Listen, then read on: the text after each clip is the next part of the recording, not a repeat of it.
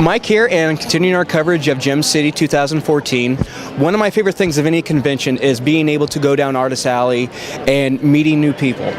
Now, we have here Laura Inez. It's one of those things where I've had a chance to run into you like 100 times. There's always something going on, you know, and I follow you on Facebook, and I absolutely adore your work. Oh, thank you. For anybody that doesn't know, can you please explain your book, The Dreamer? Sure. It's a story about Bee Whaley. She's a 17-year-old girl from Boston, and one night when she falls asleep, she wakes up and it's 1776. So every night after that, it happens, and she gets swept up on this adventure in the American Revolution. Now, one thing I've heard a lot of people compliment your work on, besides the beautiful art and the story, is your attention to detail. Can you explain, do you have a background in American history that kind of... No, I'm just a big nerd.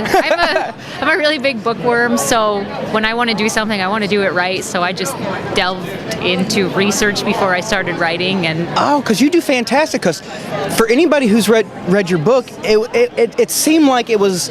The passion for the history was there, and then you created the book, but you're saying it was the other way around. You had the idea for the book. Yep. Well, bravo for the research. I barely remember people's names half the time, you know.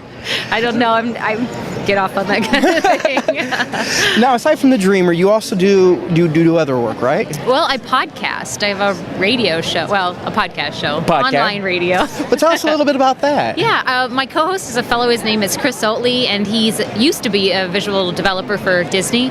And we were, he has his own show called the Chris Oatley Artcast.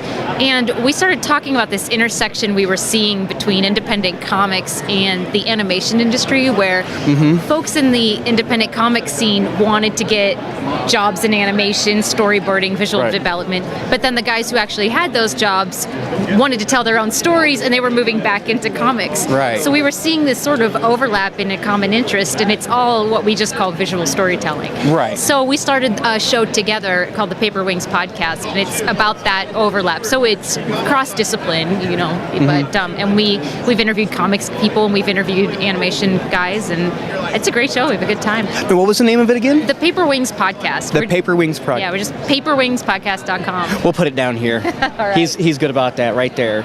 And aside from that, is there a website that we can check out your work at? Yeah, thedreamercomic.com. That's there where you go. Find the webcomic.